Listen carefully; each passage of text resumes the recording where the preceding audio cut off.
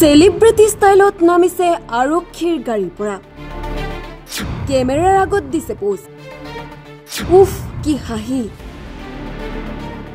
যেন যুদ্ধহে জয় কৰি আহিছে পিছে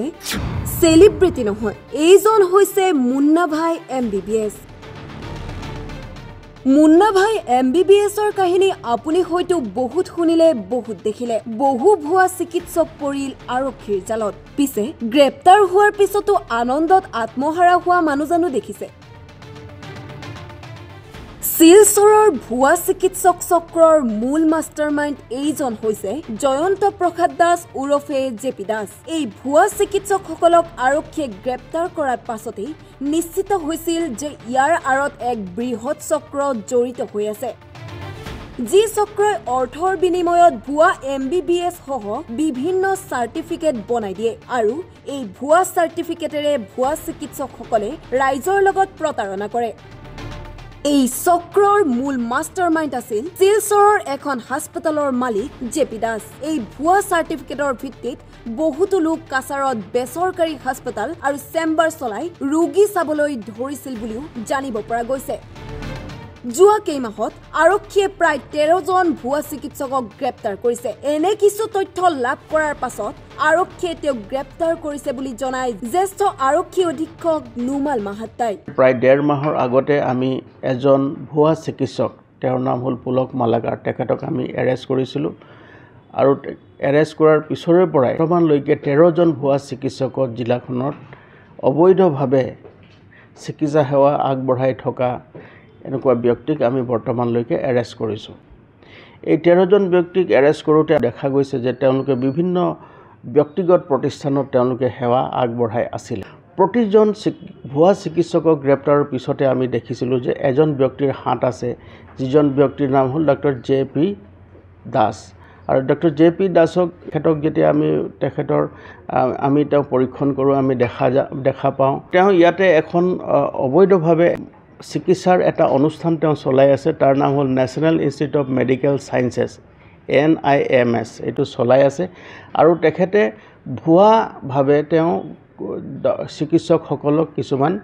ভুৱা তেওঁ নথিপত্ৰ বা চাৰ্টিফিকেট তেওঁ প্ৰদান কৰে আৰু সেই চাৰ্টিফিকেটৰ ওপৰত ভিত্তি কৰি তেওঁলোকে এই ভুৱা চিকিৎসা চলাই আছিলে গতিকে আমি গোটেইবিলাক পৰীক্ষণ কৰাৰ পিছত আমি যিজন সেলফ ষ্টাইল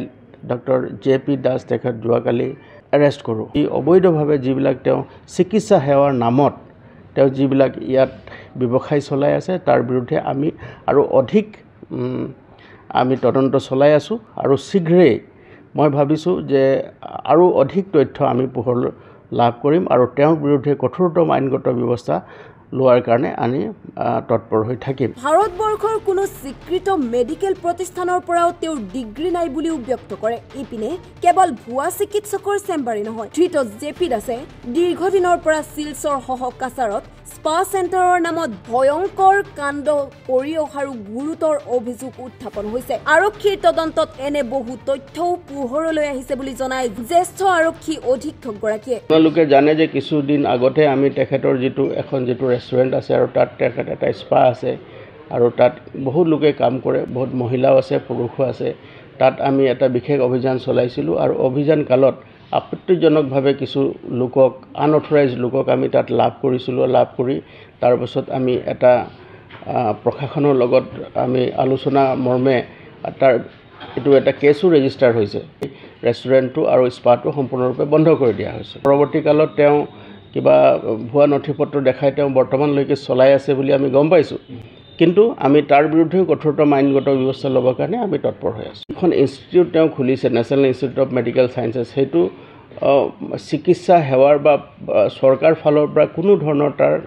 এক্ৰিডেশ্যন নাই আৰু তাৰ লগতে তেওঁ যি চাৰ্টিফিকেট লাভ কৰিছে তেওঁ ক'ব বিচাৰে যে তেওঁ চিলহেটৰ পৰা মানে চুবুৰীয়া ৰাজ্য বাংলাদেশৰ চিলহেটৰ পৰা তেওঁ চাৰ্টিফিকেট লাভ কৰিছে সেইটো আমি পৰীক্ষণ কৰি আছোঁ কিন্তু বৰ্তমানলৈকে যিখিনি আমি পাইছোঁ সেইখিনিৰ পৰা আমি ক'ব পাৰোঁ যে তেওঁ সম্পূৰ্ণৰূপে ভুৱা